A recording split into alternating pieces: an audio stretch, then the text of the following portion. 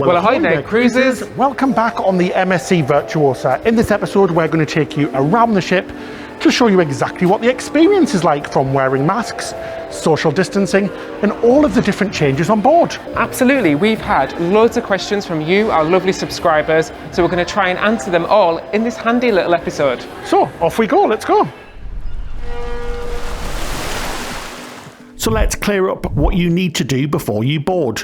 If you've been fully vaccinated, you do not need to provide a COVID test. If you are unvaccinated or partially vaccinated, you will need to take a PCR molecular or antigen lateral flow swab test within 72 hours to the ship's departure.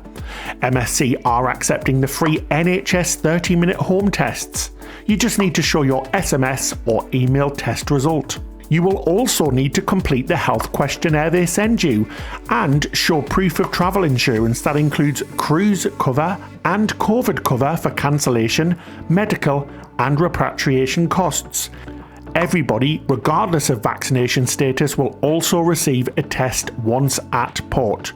We were told multiple times that we would have another test towards the end of the sailing, but for some reason this didn't happen. Now, let's take a look at what's different in the cabin.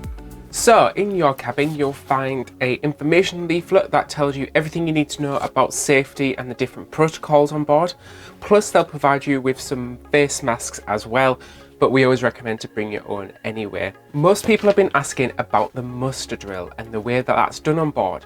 Well, it's very, very different. In fact, you actually start the experience in your cabin. So when the muster alarm goes off, you have to return to your cabins and watch the safety demonstration that is on the TV in your room. Once the safety demonstration has finished, you then have to phone a special number that they give you to confirm that you have watched the safety demonstration, and you have to do that from your cabin. Once you've done that, you then make your way to your muster station, which in our case was the main theatre, and check in with the people downstairs, just so that you familiarise yourself with the route from your cabin to your muster station. So there's no crowds there, you literally just walk in, check in with your card, and that's your opportunity to ask any questions about the safety demonstration or anything else relating to safety on board the ship. Cabin-wise, the cabins are thoroughly sanitised before you get on the cruise, and then they're just regularly cleaned as normal. There's not actually been that much of a difference we've noticed since pre-pandemic.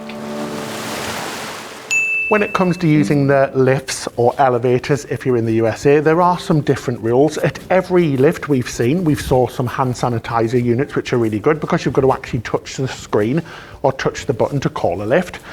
And there are floor markers in the lift as well, a maximum of 4 people per lift, which is great, and they're in each corner. And the elevators on this ship are huge, so there's plenty of room. But as we always say, take the stairs if you can. It's good for the exercise and burns off some of those calories with all that lovely food you've been eating. When it comes to tables all around the ship, they are all distanced from each other, so you have plenty of room to eat without getting close to anybody. As soon as you sit down at a table, you can take your mask off. At least on MSC, some other cruise lines are requiring you to actually eat and drink to take your masks off, which is so lovely because it can be a bit of a burden at times when it's a little bit warm. Oh, finally I've got myself a nice cup of coffee to wake me up this morning, and I can take my mask off now because I'm sat down with a drink. To order a drink, there's no paper menus anymore. What you have to do is you have to scan a QR code on your phone, which will download a PDF menu for the bar that you are at. Also, you can have table service as well. The waiters are coming round with table service, so you don't have to go to the bar if you don't want to. And to pay, you just need to tap your cruise card, which is contactless. Also, you can actually use the bands to pay as well, which again is contactless. Unfortunately, one thing that you can't do is enjoy a drink while stood at the bar. You have to take a seat with your drink and you have to be socially distanced. And as you can see at the bars, when you do go to order, there is floor markers on the floor to help you maintain social distancing. When it comes to pools and hot tubs, good news, you can take your mask off. So you can take it off from when you leave your sun lounger or chair until you're in the pool and back, and then that's when you need to put it back on again. But there is capacity limits. Here in the indoor pool, there's 10 in the main pool and 4 in every hot tub. So it's not too bad. It's a good chance to get that mask off and enjoy the sun in the pool.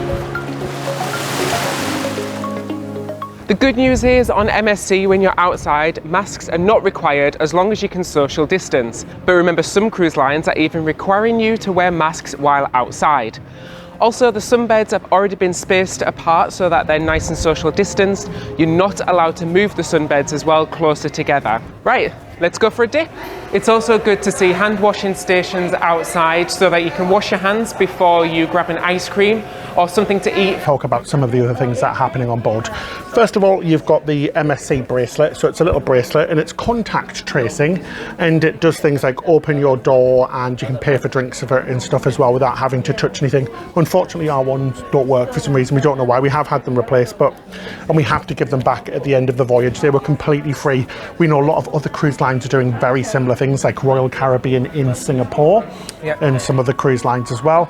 But yeah, that's a really good idea, and apparently it does contact tracing, so if we have been in close contact with anybody who did happen to have COVID, if that did ever happen, we would know.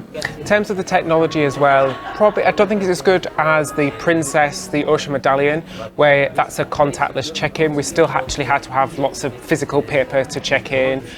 So yeah, it's not that advanced. It basically just open your door and it's your cruise card, really. Yeah, the check-in process was really smooth, but it was too much. So we had to go to 4 different stations. So we had to go to a first station to show our documentation as well as our cruise insurance information and all of that stuff. Then we had to queue again to go through security, where we had our passports checked again for the second time.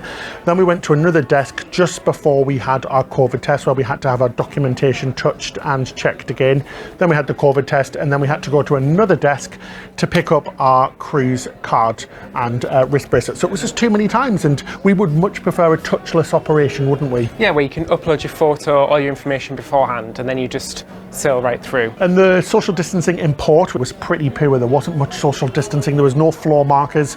There was big crowds of people, wasn't there? We were a little bit, oh gosh, this is a little bit concerning considering it's the first cruise. So we asked you for some questions of what you wanted to know about the experience on board on our Facebook group, and you sent us some loads of really good questions. So we're going to fire through them now to tell you exactly what it's like. So the main one, are masks ruining the whole thing? No, absolutely not.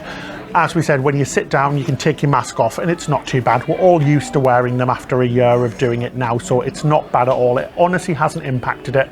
If I can do it carrying around a camera, doing a ship tour, it gets really heavy and really long days with no problem. You can do it sitting down in bars and stuff. Even in the theatre, you begin to not even notice it, do you? No, you really don't. And that brings us on to our next question. Do you have to book to use the theatre? No, we didn't have to book it, just turn up, first come, first serve. Again, every few seats are cordoned off with those signs, which says don't sit here.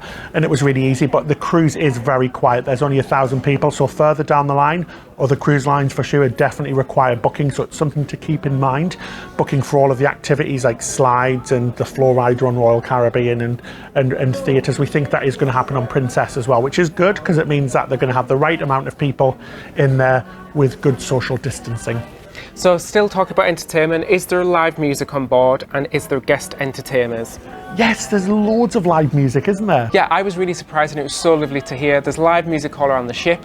There's even upbeat live singers as well. You can still dance as long as you stay socially distant and you dance within your bubble. And mask on if you're standing up, obviously. Absolutely. It does feel like the entertainment is pretty much the same as it was before the shutdown on MSC. Yeah, it's been fantastic. Live music all around the ship. I can hear it right now. Piano player and singer downstairs in the lobby, around in the bars. It's really great. It still feels like a cruise. That's the most important thing, doesn't it? It feels like a cruise, and it feels pretty normal, actually. It's amazing. The atmosphere on board's been incredible. Everybody's so happy to be here.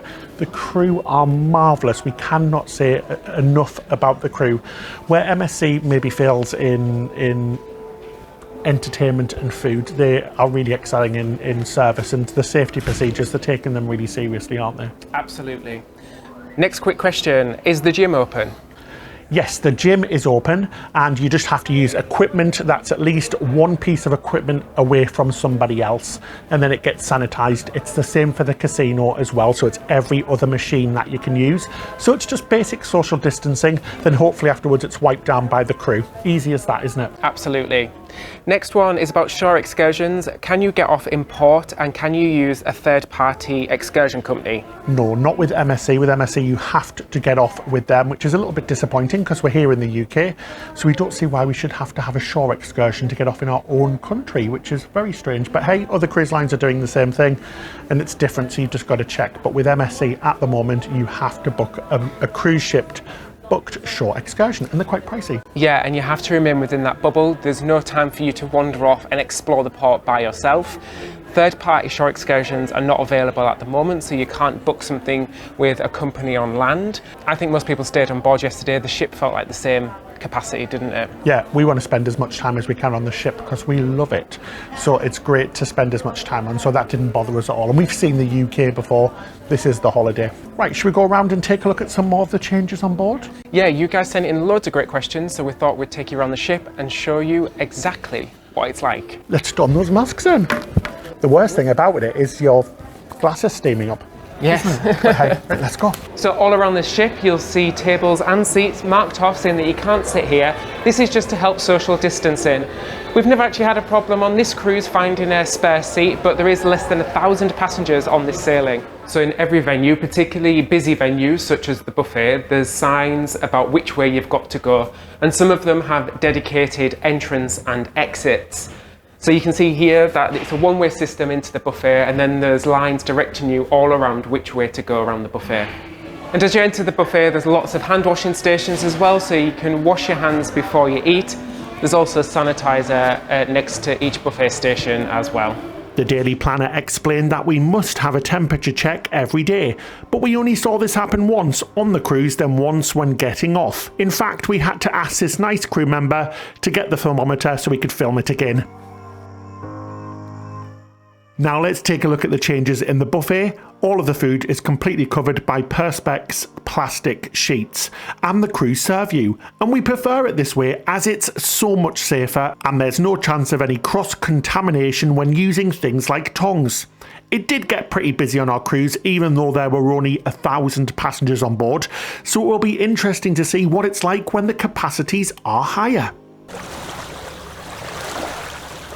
So thank you so much for watching this episode. We really appreciate you watching. Please hit that subscribe button and the like button if you enjoyed the video. And thank you as well to all of our patrons. It's because of your support that we're able to do trips like this one. If you'd like to become a patron, you can click the link in the description section below, and in return you get lots of extra benefits and behind the scenes content.